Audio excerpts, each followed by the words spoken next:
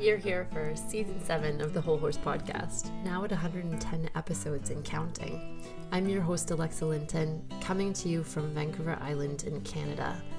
I can't wait to continue to share thought-provoking, edge-pushing, geeky, and often challenging conversations with horse professionals from all areas of our industry who are working to make horses' lives better. This season, you can look forward to more on the specifics of creating enriching, healthy horse spaces, an area I'm particularly passionate about.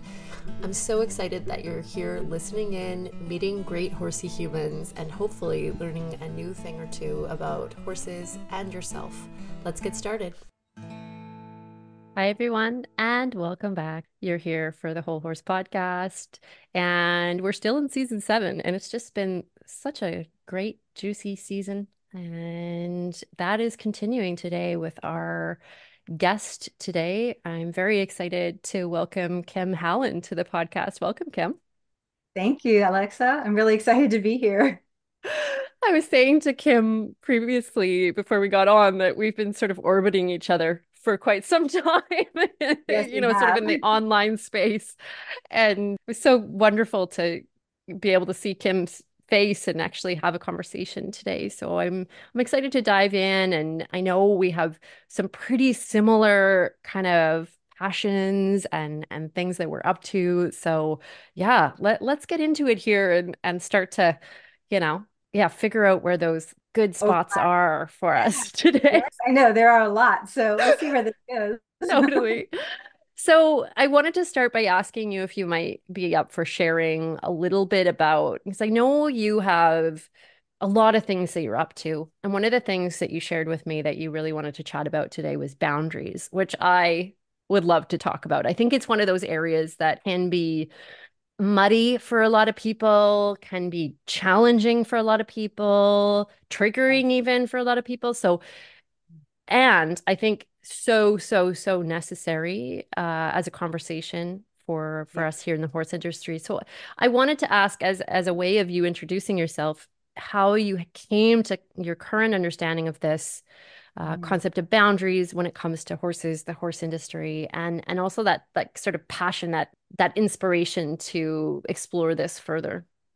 Yeah, gosh, that's a huge question, but a great question. And I think the place where I think the seed got started probably for it, although I didn't really understand at the time really that boundaries were even part of what was going on, was when I first became a horse owner.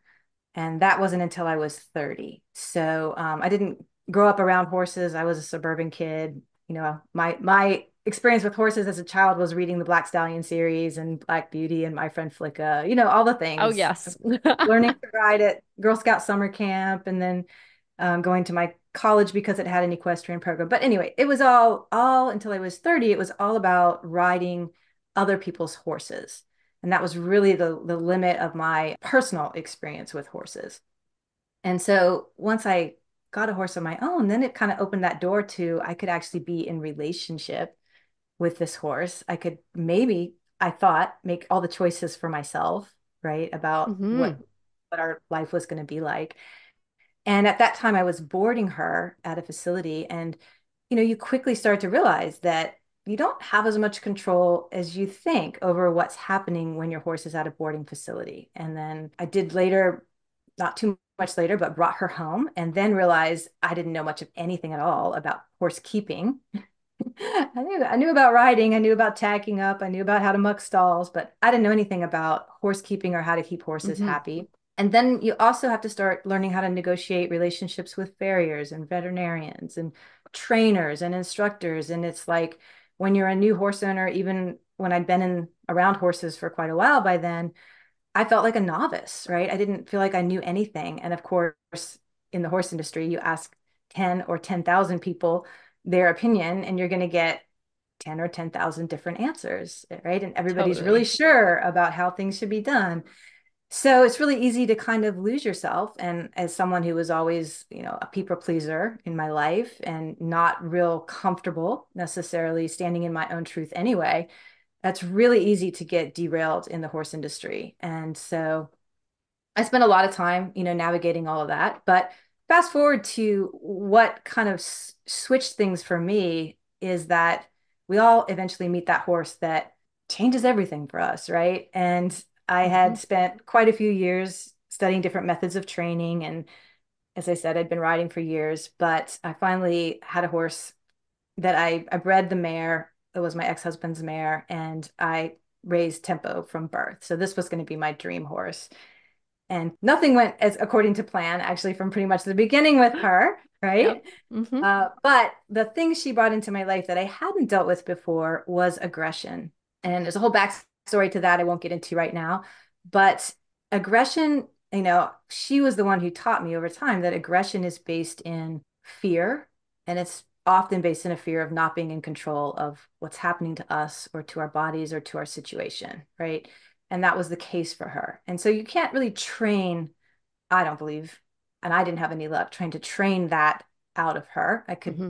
create situations where we would have sessions that were decent, but then as soon as I put her back in the pasture, next time I came out, she wanted to kill me again, right? It wasn't healing our relationship. And so that healing was about learning how to listen to her, learning how to have empathy for her situation, learning how to honor her boundaries, right? And she could be very loud in the way that she Hmm. would express and communicate her boundaries. But it was through learning to have empathy for her that I realized I had the right and the responsibility to honor and communicate my own boundaries. And she's, there's a long story to it, but she's the horse that helped me get out of a marriage that was very unhealthy for me for 17 Hmm. years and find the courage to speak my truth and stand in my truth and that I deserve to be listened to and honored as well. So it was a journey with my horse that helped all of this come full circle for me and got me eventually into what I do now, which is experiential learning with horses that's nature based. And also, I do online and remote mentoring around boundaries. Hmm. But my real passion is working with horse owners who are trying to navigate that space. They could be new horse owners or experienced horse owners or horse business owners who are trying to live according to their values in the industry and advocate for their horses, but are just, kind of getting eaten up by the whole system. If that makes sense. Yeah.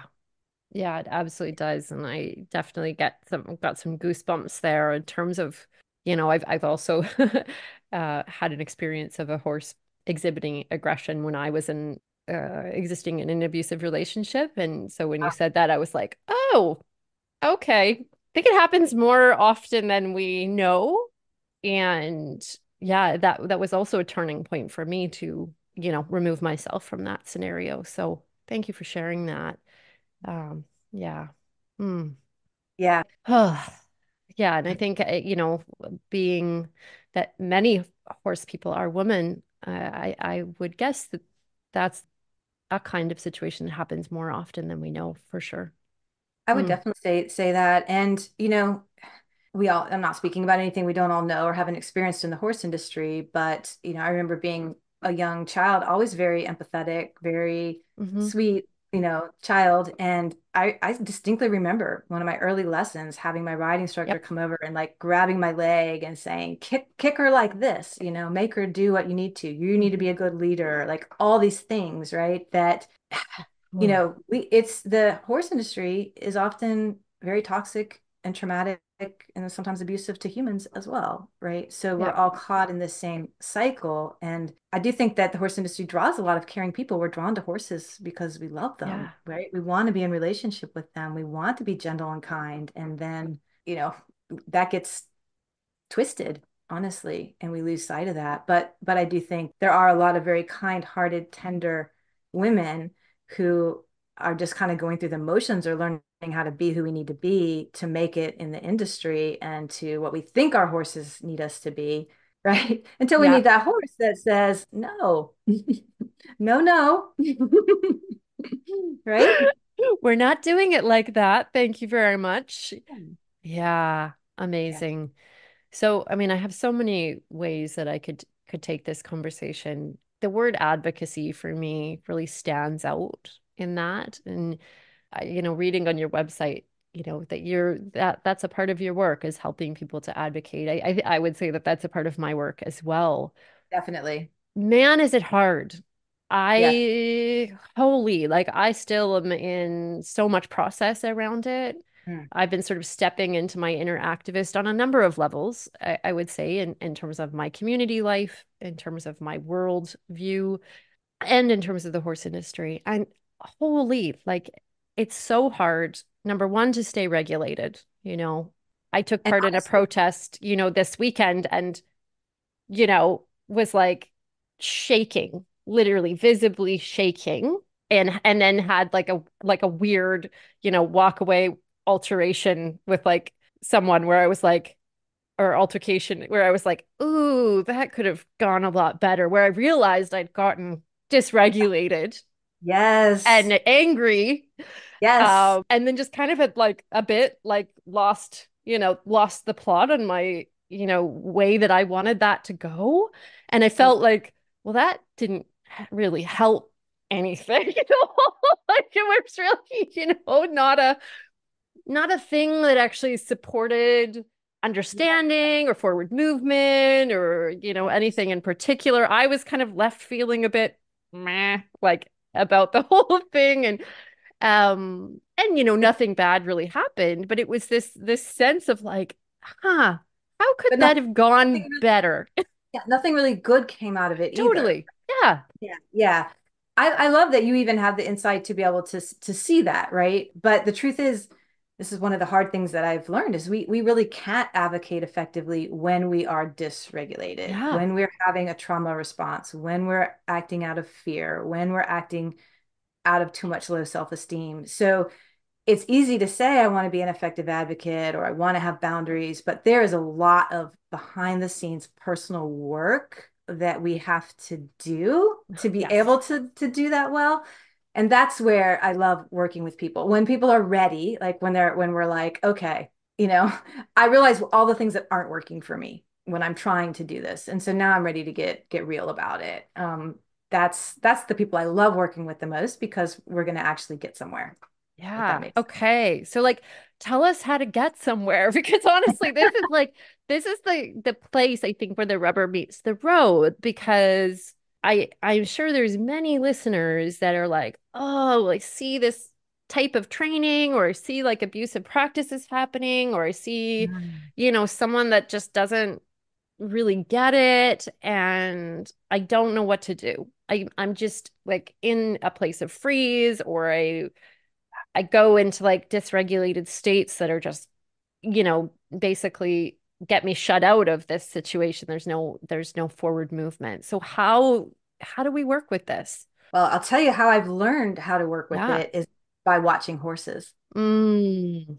Horses in their relationships with each other, right? So a lot of people, when they hear I do boundaries and I'm with horse, they think I want to help people with their boundaries with their horses. Now, I mean, that comes into play. There's boundaries between all kinds of beings, but that's not really what I'm talking about. I think horses are masters. Now, of course, we have horses that have all different levels of socialization and unsocialization, and some are more skilled than others at this, but horses are so much cleaner than we are with boundaries. And when you get the chance to watch horses that do have established relationships, that are able to have the conversations more subtly or even a little bit louder, right? But it's very, very clean and clear. Whereas I really have trouble finding very many examples in the human world where you can say, here's a really great example of excellent, boundary communication happening. It's rare. Not to say it doesn't happen, but it's rare. But most of us can see it when we are with our horses or herds if we care to. So one of the ways that I teach is using video footage if people aren't here live with me at my farm, video footage of horse interactions Mm. that actually, helps us put ourselves in the horse's position. And believe it or not, even watching a video, you can feel the horse's emotions. You can feel whether they're regulated or unregulated. You can watch, I can show you an example of unregulated, boundary discussion, and I can show you an example of regulated boundary discussion. And it's very helpful to watch in a way that we're a little bit removed from. So that's one thing. The other is so to have healthy boundaries, ultimately, we need to be able to communicate it with love, Mm. Yeah. right? Most of us, especially if we're kind of new to it, we wait until we're kind of really worked up or angry or at the end of our Yeah. rope or resentful or whatever before we try to communicate a boundary. And we're probably not going to say it with a lot of grace at that point, and it's probably not going to be received very Yeah. gracefully when we don't present it that way. Yeah. So ultimately, we learn how to identify when there's a boundary violation much earlier. And that's all about learning how to like know the warning emotions in our bodies that we start feeling, whether we're feeling anxious, whether we're feeling afraid, whether we're feeling just even that little gut thing of like, I don't know, feeling a little resentful, feeling pressured. Like, Yeah. right, we can start to identify the feelings which we're used to pushing through, or we say we pass judgment on ourselves and say, there's something wrong with me that I'm feeling this way, Yeah. right? But nobody can tell us what our boundary is, and there's no right or wrong about what a boundary should be. But if we're feeling uncomfortable, there's a good chance there might be a boundary violation happening, and we're the only ones who can take control in that situation, right? And either remove ourselves or say something or do something. But it's also, I'm not sure if I'm answering your question, but it's also a process of being really gentle and forgiving of ourselves, because Mm-hmm. sometimes our first attempts at it and our early attempts are not graceful. And that's okay. If you've Mm-hmm. never like advocated for yourself or spoken up for yourself and you do it, even if you feel like it's ungraceful or it didn't work or didn't even get results, at least you did it, right? Yeah. Totally. So the other piece of this is definitely having a support network of some kind that you can cheer these little wins and go, I'm not crazy. Okay, I made this effort. It didn't really work. Why didn't it work? Right. And there's Yeah. lots of reasons why it might not work from Totally. our perspective. Yeah. So I think it is critical being in a community that you can talk about it with and kind of get recentered and rebalanced and try again and then break it down to like, why didn't it work? Completely. And I want to roll back a little bit because one of the pieces you were talking about was what I consider introspection. So this idea of like, can I even feel what's occurring inside And, my being in this and moment? that's actually a really big question. And a lot of Yeah. people not. Don't. And earlier in my life, I couldn't. Yeah, because it's a survival mechanism, right? I see this constantly on my table for osteopathy where I'll be like, I'll feel this big, huge shift that's happened for this person. All this mobility is opened up, and I'll like be like, hey, how's that feeling? And they're like, the same. And I'm like, Wow. huh, okay. Like it's just this sense of our level of introspection is often they're repressed or turned off or, in some way shifted because, number one, being with emotion is hard.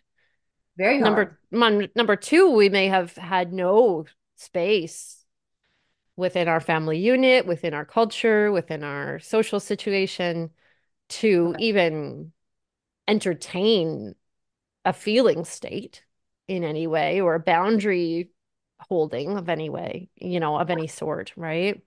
Or sometimes we've had to cut that off or disembody almost to survive, Completely. right? That's the coping strategy that has worked for us, is to not feel all those things, Totally. right? Totally. I know for myself, it's really funny. So it, I'll do couples counseling. I do couples counseling with my partner. Just as I think we've sort of come to the place. It's like it's healthy to be doing this, Absolutely. and we love it, and it's good. But it is so tiring. Like wish every session is like, I just want this not to knock my socks off today, so I can like continue on doing other things and not just want to nap. It is It's exhausting. can be so exhausting. It's like a muscle that we're working Yes. to even to like speak out like to myself, this is how I'm feeling. So hard. So hard Yeah. to Yeah. then describe what that is and where it's sitting in my body. Oh my God. Like that's like lifting, deadlifting 100 pounds for me. It's a lot. And I think of myself, I've been doing this for a minute. So it's a skill set, right? Is what I'm realizing. Yeah, It's totally a skill set. And this is another way that watching the horses has helped me to actually be kind to myself too, is that, okay, my herd of four horses. their job, their sole responsibility is to work on their relationships all day.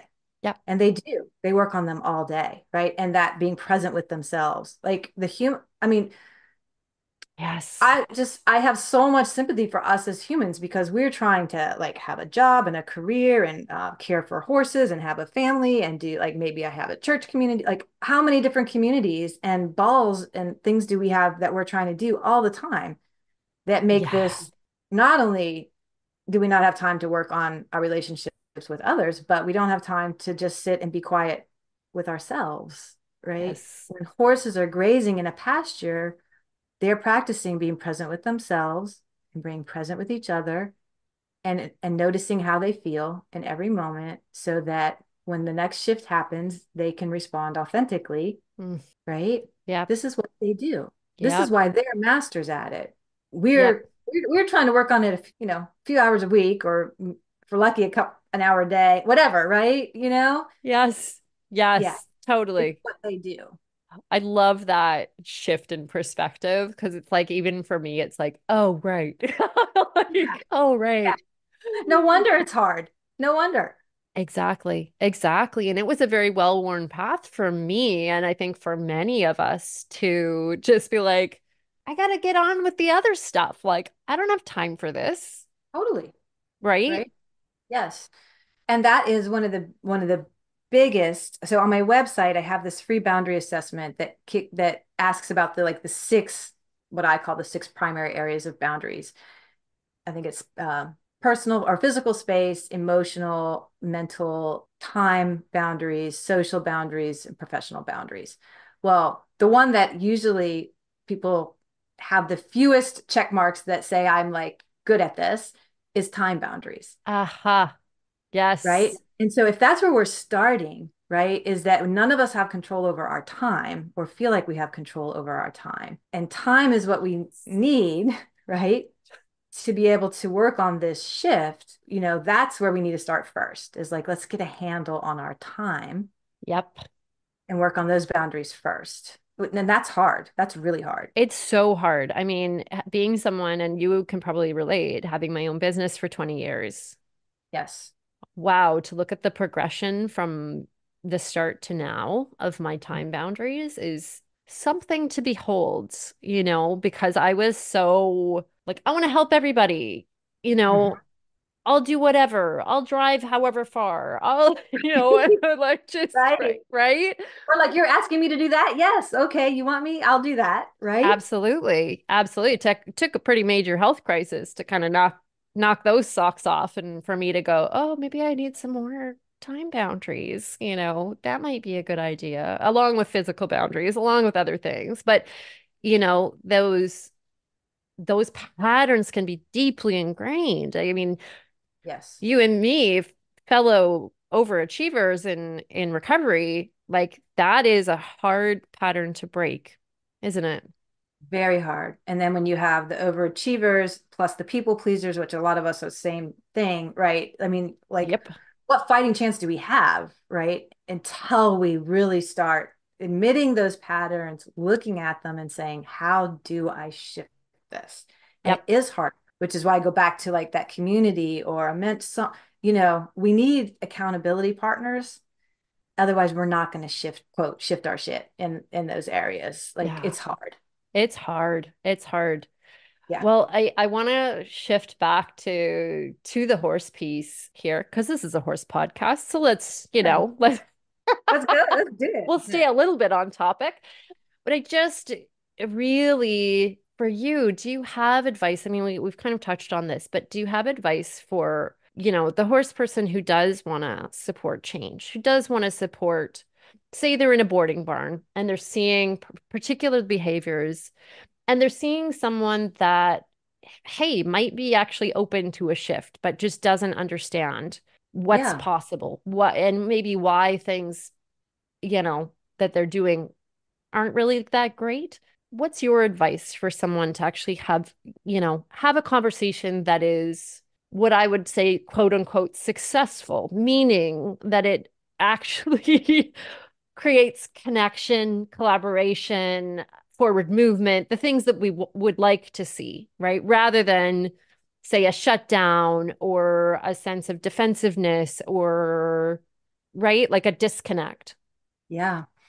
Yeah. So a couple things. One is I think we have to walk our own talk first to be, standing in integrity. So one would be, modeling what it is we Yep. think is better to the extent we can in that situation. The other is to just come from a place of empathy. So I can see I've changed so much in my horse life, but I've been where they are. Hmm. There was a time when Totally. I did it Totally. that right? So definitely coming from that place of empathy in our heart first, of remembering I there was a time when I did that as well. And even Yep. trying to remember what was going on for me at that time. Yep. Right? And making sure that we get ourselves regulated enough that we can come to the conversation from a place of love, place of understanding, a place of empathy. And a little key is sometimes using and instead of but. So we might Yes. say, I know you're struggling, but what you're doing is hurting your horse, right? And Right. that but will negate whatever it was we just tried to start out being kind or loving. So you know, I see you're struggling and I might have something that could help, right? I Yeah. might have an idea that might help this situation. So that it's kind of like I'm with you versus I'm against you, even just in that little language, and versus but. And sometimes we have to think for a while about how we need to go Yeah. to over and think about how we're going to say it. Totally. Right? Totally. Yep.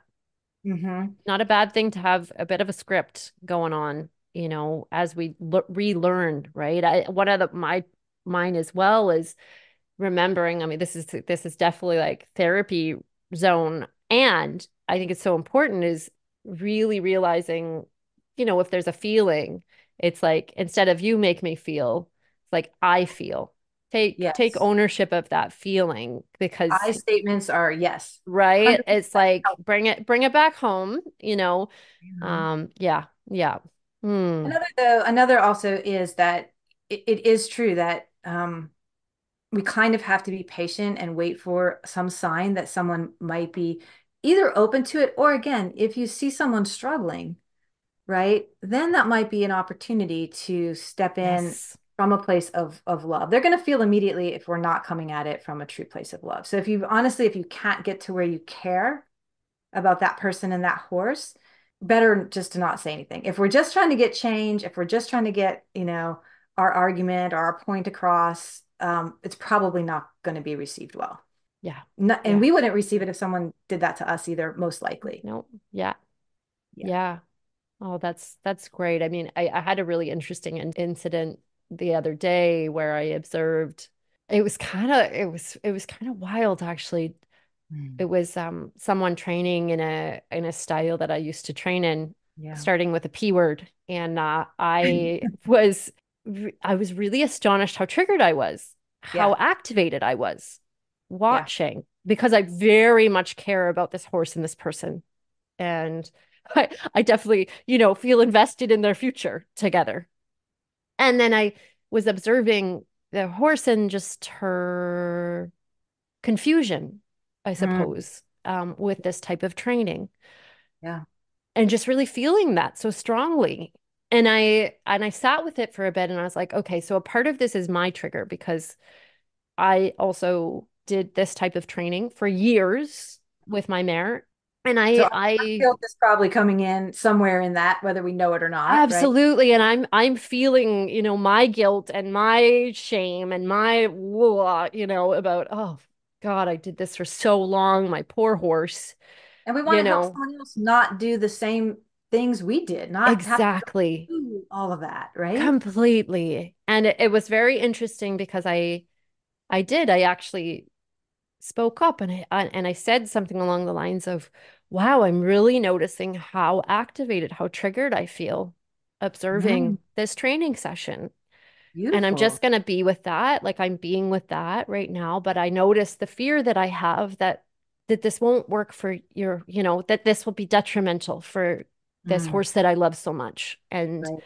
if you're open to it, I would love to share like some more on that with you about why why it's not feeling so good for me at this point. How was that received?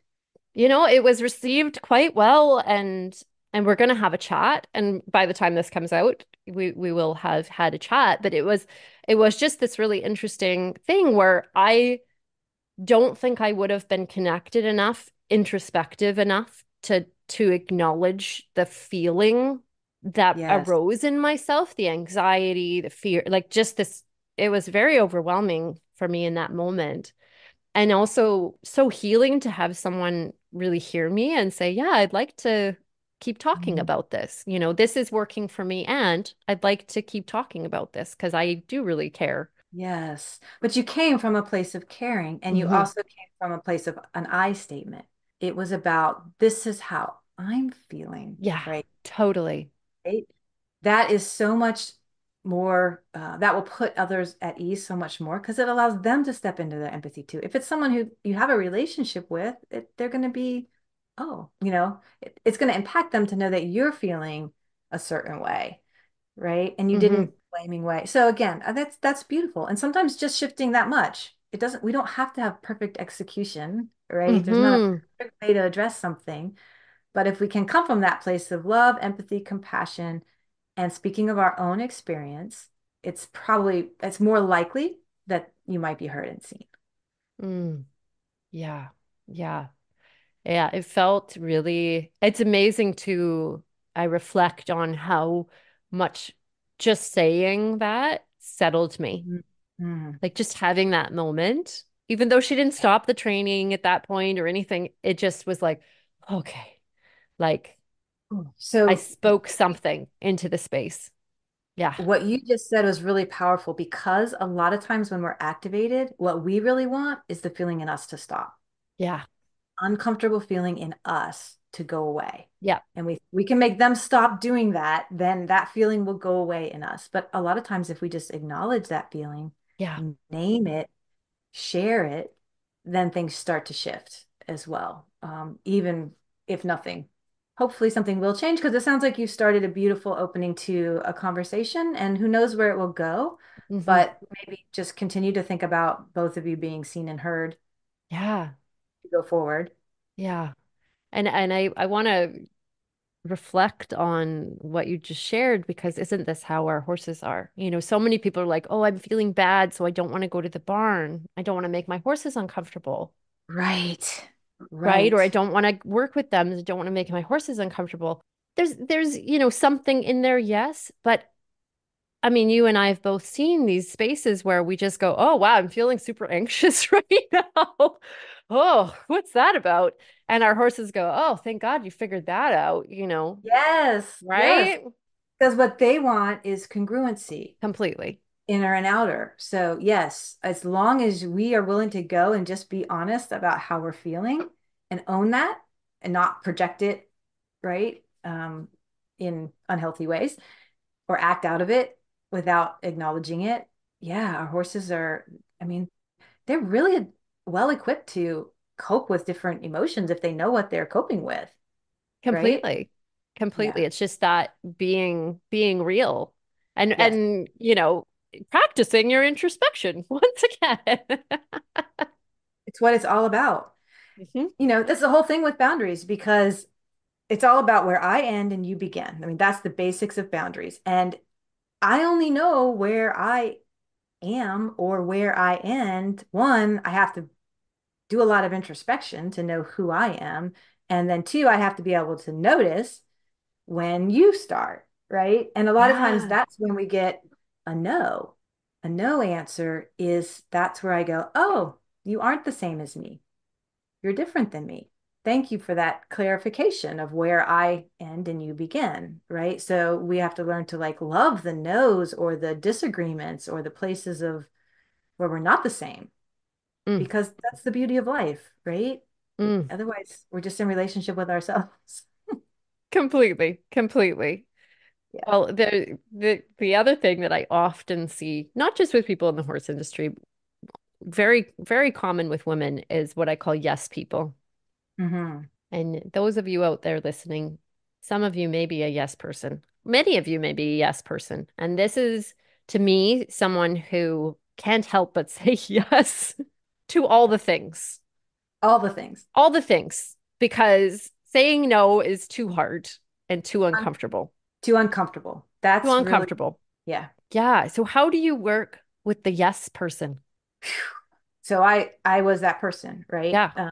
I'll tell you a little story, not horse related, but it could be in any context. But I was such a people pleaser, such a yes person, frankly, such a doormat, right? I talked about Yep. being in an unhealthy marriage. When my ex and I separated, I remember distinctly being out running errands one day, and it was lunchtime. And I was like, oh my gosh, I need to eat. So I had been one of those people, literally, my ex had a lot of strong feelings about what's healthy to eat, how should we eat, all those Mm-hmm. things. And I always would just defer wherever you want to eat, whatever you think we should eat, right? Years of that, years of deferring to someone else, even on that basic thing.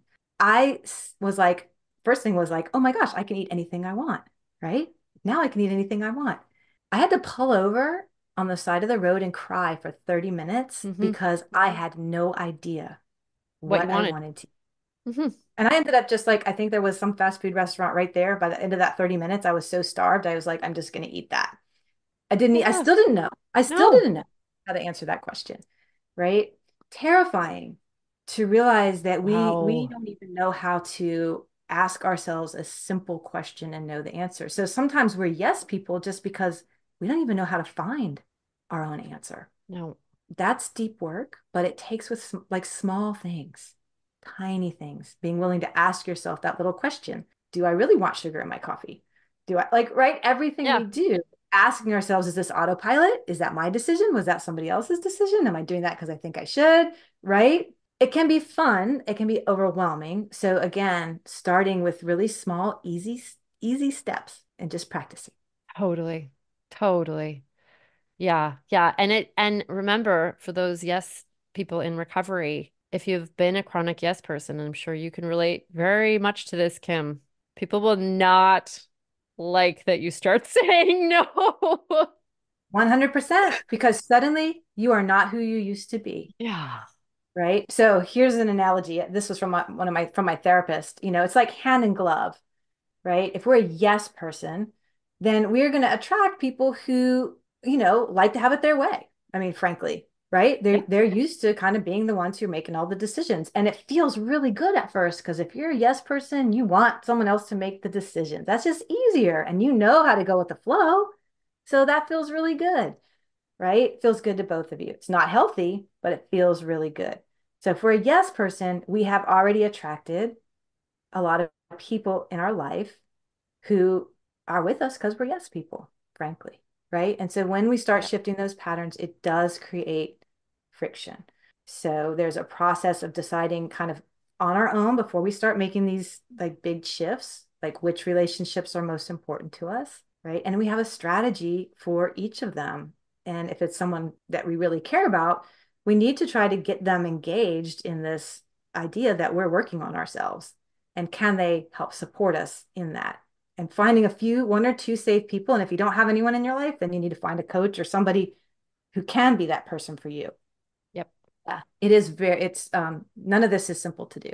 None of it's simple. I mean, I think it's why you and I have both created online communities, right? Because Yes. let's talk horse industry. How many of your clients are solo in their boarding barn, the only person doing this weird thing called ethical horsemanship or whatever, Yes. and they feel so alone Yes. and so kind of isolated and lost and like, am I even doing the right thing? Oh yeah. It'll make you crazy. It'll make you question yourself on every front, or you're just so tired of being alone, right? We all want community. Yeah, that you join the club. Yeah. Yeah.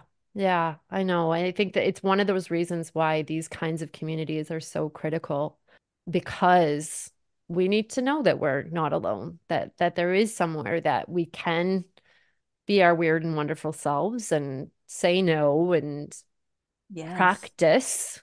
Because really, that's a big part of this. Hey, it's just like we got to practice.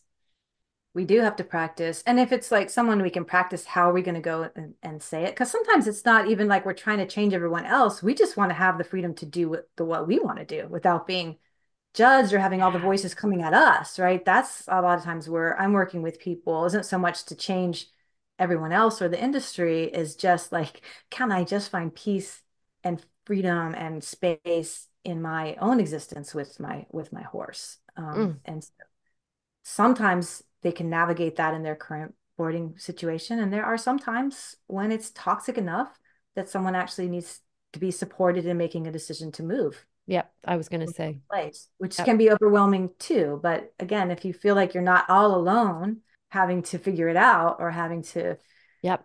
just even having someone behind you while you're going through that challenging process can get you through it.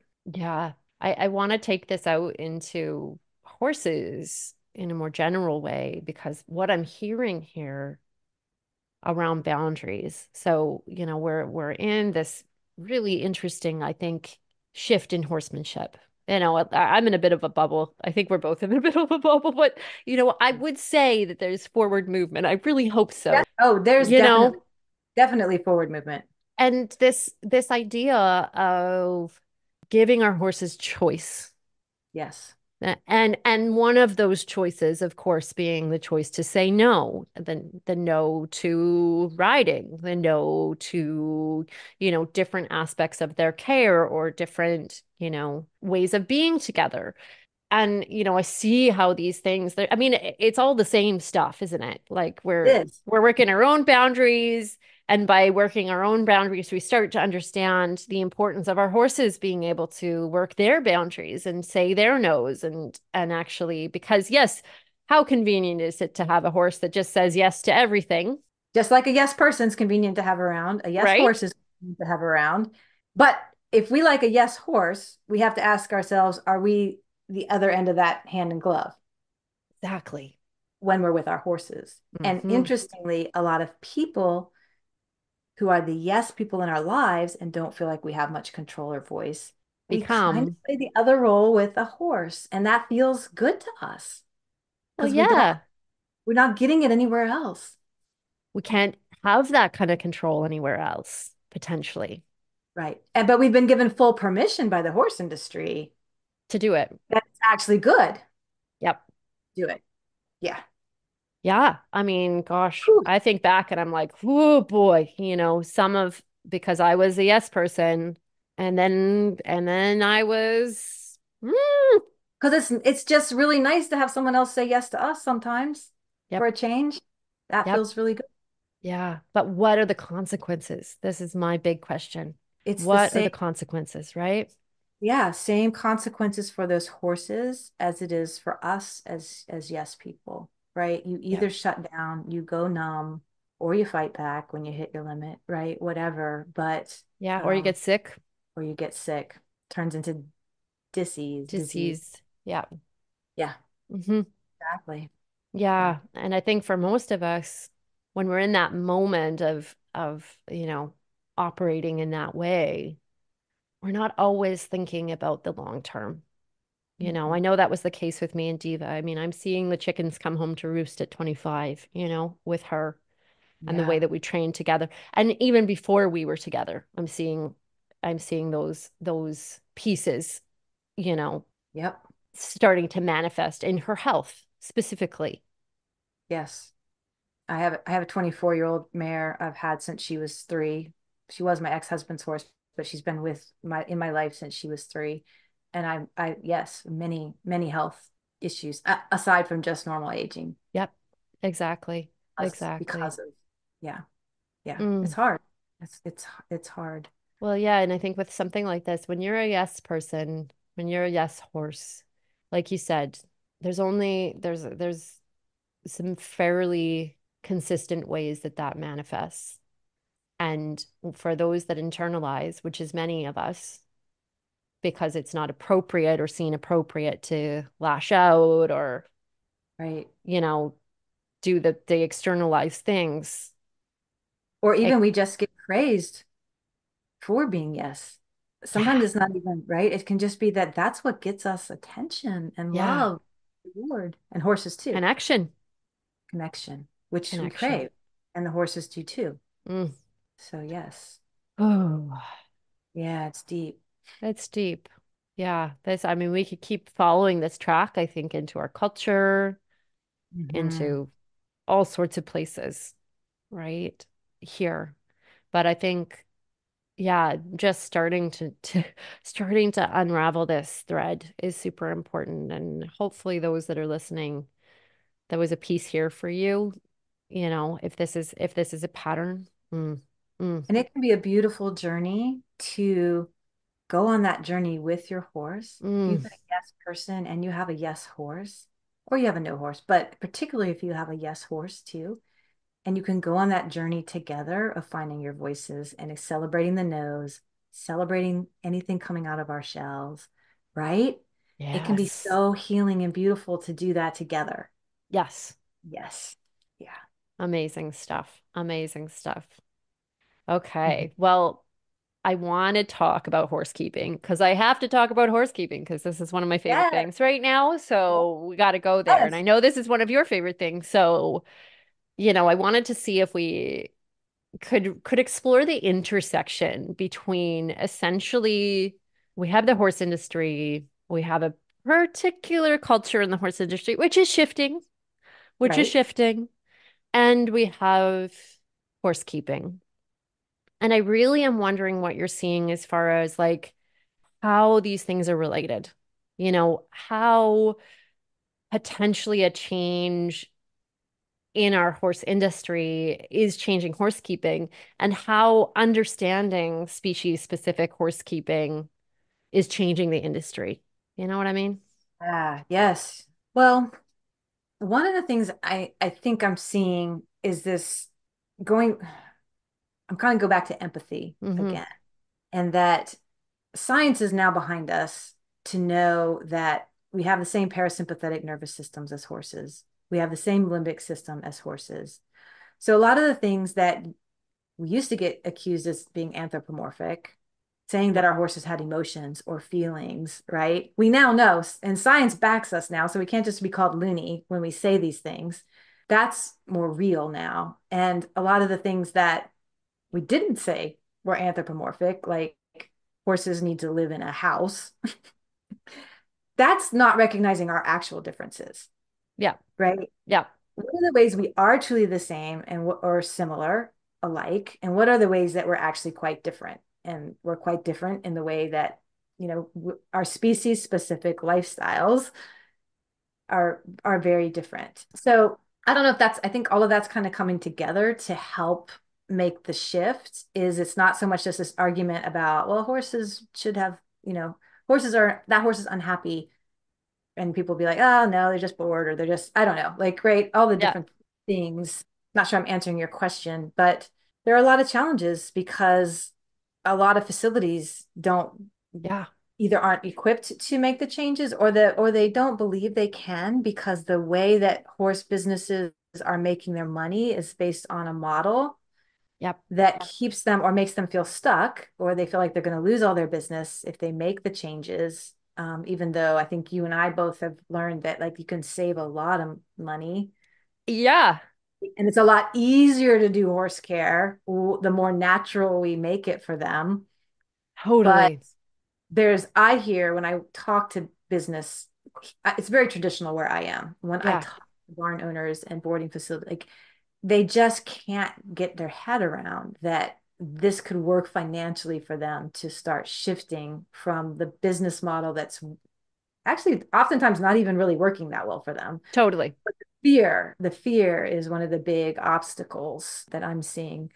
I don't know. Go back. I don't think I answered your question actually. Well, no, and this is perfect. So, for me, what I'm seeing is that like when we're talking species specific care, we're also speaking to centering the horse. Yes. This is this Yeah. is what it is, right? Like, am I building a facility for me? Right. Am I building a facility for my horses? At the end of the day, it's pretty common knowledge. Friends forage, freedom, Right.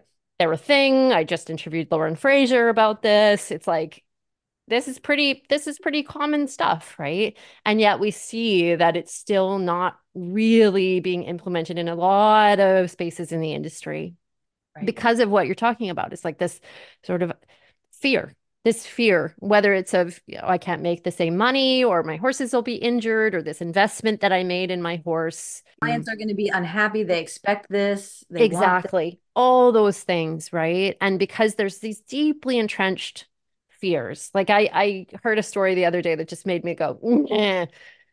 I hear these stories often, but it's a barn, maybe 10 minutes away from me, show barn. Mhm. Tiny paddocks. The horses Yep. are inside most of the day in stalls. They're turned out. If they start to run, someone runs out and goes and gets them and brings them inside. Wow. Wow. And not only that, they will trailer from one part of the property to another. What? And I was like, hold your horses. What did you just tell me? What's exactly happening here? What is happening here? And it just spoke to me of this extreme bubble wrapping thing that Oh, yeah. happens. So show horses especially. Wow. And I was like, so you have a horse that is so dysregulated that they can't walk from one part of your property to another. And they think that that's like normal or Yeah. okay, Yeah. right? They don't look at it. That's what's crazy is that they just go, "Yep, that's the situation." That's what it is, and I kind of spent the rest of the day just shaking my head, going, yeah, and by the time this episode airs, I'll have launched my new business, which is outside the box equine, and it's Love all it. about this stuff. Like I want to Yeah. literally help people to see, because I also can understand the mentality behind it. I've got this $100,000 horse. They're competing. I don't want them to injure themselves. Many of these horses are under socialized, so living together. They live on flat ground. So yeah, they are maybe more prone to injuries or, Yep. changes in these ways. So I can kind of go, okay, yeah, but it becomes so to the extreme in certain cases. And that's what I want to see. It's like all I want to do is just bump the bar up in the industry. Just a Yeah. little, just a little. That if that's my legacy by the time I go, I'm a happy camper. Well, you're already doing that. You're already doing that in so many ways. Yes. But this also kind of goes to boundaries in some ways as well, right? Because we first have to acknowledge whether somebody is, where are those windows where there's opportunity to make an impact. Like some people are just so they can't see their way out of this is my world, this is my show world, this is what I care about, this is all I care about, right? Totally. It's like we just have to walk away from some of those sometimes. Again, it's like there's a relationship there, there's some level of trust. If I do want to speak to a business owner who I think might either have a facility that would be prime for change or they might Yeah, be open to it, like again, approaching them from a place of empathy for what they're struggling with. What are they totally. first? And let's see if I can think about how I might be able to help them with their struggle. And Completely. right? And Yeah, we could do it differently. totally. Yeah. Yeah. And I think working with that judgment, because that's like, even for me, it's like, oh, Right? I get this like, and okay, Alexa, just step back for a second. What's going on here? Right. And is there a way to shift things? And like you say, low hanging fruit is great because it's like the people that are like, yeah, I want to do something different. Right. Yes. And they're Yes. open to that. And Yeah. maybe they have a connection to someone who's doing it, in a way that isn't very supportive to the horses. And that conversation starts to occur. We just never know the ripples, right? You never know the ripples. Absolutely. And also, creating a model if you can. I mean, one of the best things I don't get a lot of horse people who come. More of the people who I work with on my farm actually are non-horse people, which is kind of Hey, sad. But yeah, when I do get those who come, I mean, it's almost always like, oh, well, I wish it could be more like this, or I wish like even if you just start there, start with the design, totally. and then it's like, what's one small shift we can make, right, to move you in that direction today, right? And Yeah. But you have to get that, like, even where they're like they see something different and they're like, I wish it could be that way for my horse or for me. Then you got like, and we're cooking with grease, right? Completely. We got an opportunity. Completely. Yeah. Well, I think, on what I'm working on right now was like resources and places where people can go watch videos and track tours and Yes. like and Yes. and things like you sharing how horses interact in a herd because many horse people have never even had an opportunity to watch Never. healthy horse interactions and And they're what that looks like and what they are wanting to look for. so important to know that, right? Because some places there are no healthy herd No. actions happening. So there's nothing to look at. And then other places they actually are happening, but the person only shows up to go get their horse out of the field to ride. Like they're not seeing it. It's Yeah. right there. Yeah. They're not seeing it. And so then it's just having them come here, get out of the box, right? See it here. And then they go, oh, next time I can go look and see my horse is standing with their spine aligned with that horse. I didn't know my horse and that horse were friends, right? I didn't know Yes. that's why that horse then starts pacing the fence when I take, like, I don't know, right? They start Yeah. making little connections that your horse actually has a whole life separate A from, very from you. rich, dynamic life, right? Hopefully, right? Hopefully, yes. Yeah, hopefully. That's the goal. That's what we want to move towards is that because I imagine, if my whole life purpose was, or not life purpose, but a huge part of my day, like you talked about, was just being in nuanced relationship with my friends, with my family all day. I think that's what we evolved to be too, to be I think honest. so. Honestly, if we were really to break it right down and take capitalism out of the game, what Totally. would we be doing? Right? You I take think money this and is ownership out of it, truly, we would be truly. that way too. And so when we see a horse on their own, under socialized, not getting that interaction, do we really, there's really no question why this horse might be struggling, might be showing stress behavior, might be Right. experiencing disease or, Yes. other things occurring because that's what they're designed to be doing in their world, Yes. right? I've been taking an equine ethology class with a woman named Bonnie Mealand. I don't know if Mm, you know no. because she does trips over mostly in Europe, but she takes people on excursions to go be with wild horses and study and teach, Yeah. observe and all that. So she's spent a lot of time studying horses in the wild. But she brought home for me that like that is the single most important thing a horse is a social animal. Their social relationships are the single most important thing. Like even when they're eating and grazing, Yeah. they're Even still when we don't even notice it, even when they're on the opposite side of fences from each other. they're still working on their social relations. Absolutely. It is Yep. what is the single most. So there is the three F's, but if you have to pick one, honestly, a horse is going to pick relationship over food. A horse that feels too is going to go to the other horse first, Yep. right? Over Yep. food. If they're not regulated, they're gonna go for their friend over the other things. So yeah, we need to reshape everything to let Yeah. that be the priority Mm, mm. for the horses. Yeah. Connection. Connection. We all need it. And if we Yeah. can like, get to a place where we are willing to give them what we know they need, maybe we'll do better at realizing it's what we need too. Mm. You know, maybe. Amen. Gosh, that's a whew. Yes. That hits me in the feels. Because we were more likely to do it for them than ourselves, frankly, honestly, first. And then we just let them model what that is. They Yeah. can remind us who we are too. Yeah. Yeah. Mm, beautiful. Well, I can't think of a better way to end. Yeah, that we kind of brought it all the way home, didn't we?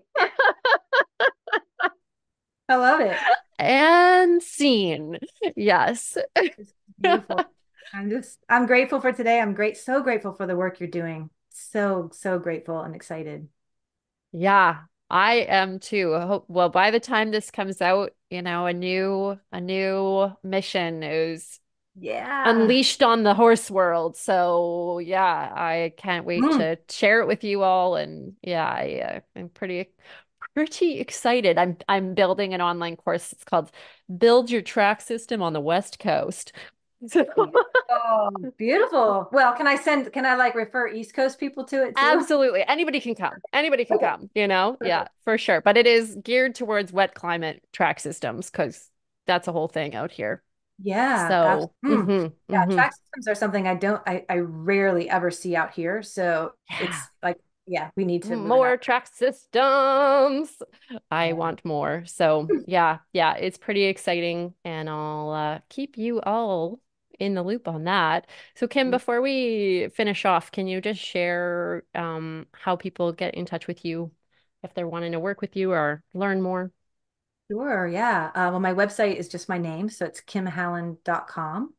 And I also do have a YouTube channel, and I'm on Facebook with Unbridled with Kim Hallin. Yeah. Yeah. And I have a book also, if they want to kind of get to know me that way. It's called Horse Wisdom, Life Lessons for Humanity. So Love any of it. those ways are a good way to reach out or check me out if they want to. Fantastic. Perfect. Yeah, That is great. Well, I so appreciate your time here today. It's been a wonderful conversation. it's been amazing. Yeah, I love it. Thank you, Alexa. Yay. Oh, you're so welcome. You're so welcome. And thank you, everybody, for tuning in today. I hope you learned a thing or two, and we'll see you all next time for our next episode. Bye for now. It's my favorite time of the year. It's apprenticeship time, and the Whole Horse Apprenticeship is a 6 month equine wellness immersion, and it's a whole lot more than that. There is 24 guest instructors, 4 online courses, weekly posts, lots of other connections, spaces, and an amazing community of horse people from all over the world that continue to gather each year, some for upwards of 6 years now, for this program. That's really, really special. It's a chance for you to connect more deeply with yourself, with your horses, with your land, and generally to shift the way that you're being with your horses in the ways that work for you. So I hope you will consider joining us. You can head to www.alexalinton.ca slash whole dash horse dash apprenticeship to learn more. We start on September 15th.